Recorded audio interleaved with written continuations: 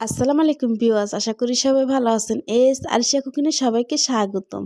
তা আজ আমি পুঁই শাকের বিচি দিয়ে আর আলু দিয়ে শুটকি দিয়ে রান্না করব, সেটা আপনাদের সাথে শেয়ার করব যে আমি কিভাবে রান্না করি। তো এখানে আমি ছুরি শুটকিটা টেনে নিতেছি।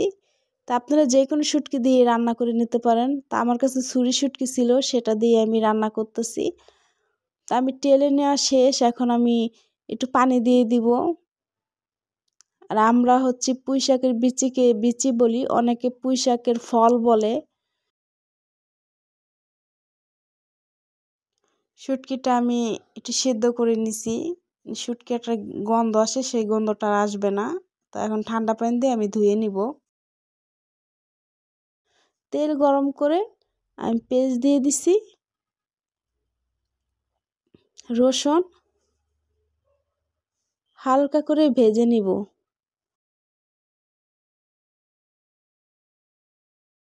কাঁচামরিচ দিয়ে দিব।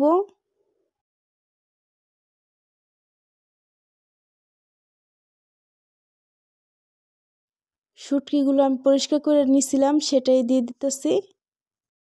শুটকি আর পেঁয়াজগুলি আমি একসাথে ভেজে নিব।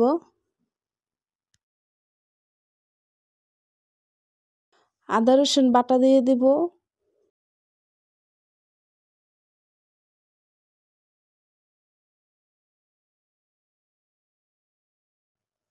তো এখন আমি পানি দিয়ে দিব, কষাবো যে পানিটা, সেই পানিটাই দিয়ে দিছি।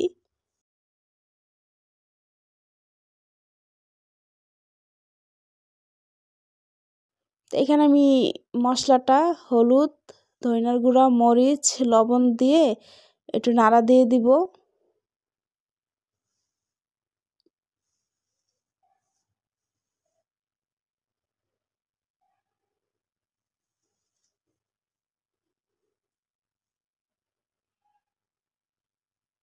তো মশলা একটু ভালো করে কষিয়ে নিব।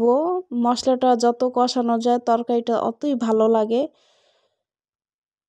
তাই মশলাটা একটু ভালো করে কষিয়ে নিব। তো মশলাটা কষানো শেষ, তেল উঠে গেছে মশলাটা দিয়ে। তো মশলাটা আমি ভালো করে কষিয়ে নিছি।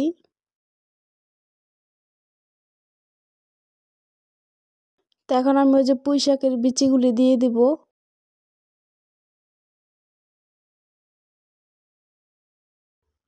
নাড়া দিব ভালো করে।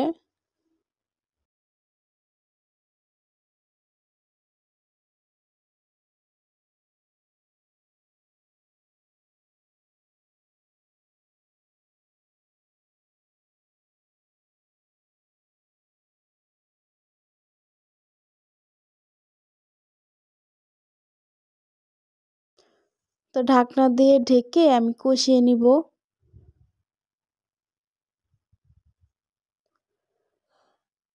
7-8 মিনিট পর আমি ঢাকনাটা খুলে আবার নাড়া দিতেছি।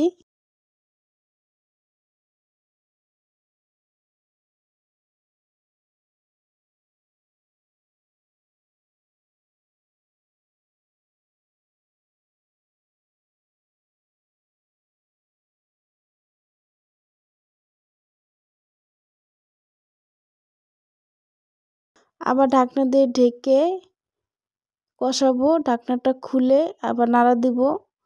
তো কিছুক্ষণ পর পরে আমি নাড়া দিতেছিলাম, কারণ পানিটা শুকিয়ে যেতেছিল। তো অফ ক্যামেরায় আমি অনেকক্ষণ কষিয়ে নিছিলাম।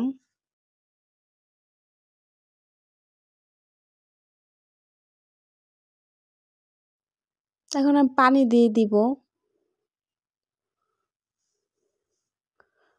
পানিটা অল্প পানি দিব, কারণ এগুলি সিদ্ধ হয়ে গেছে। আমি যে কষাইছি, কষানোতে সিদ্ধ হয়ে গেছে। অল্প পানি দিয়ে এখন রান্নাটা করে নিব আমি। তো ঢাকনা দিয়ে ঢেকে রান্না করব।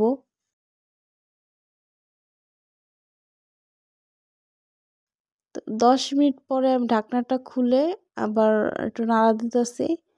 আর আমি চুলার জালটা মিডিয়ামে রাখছিলাম।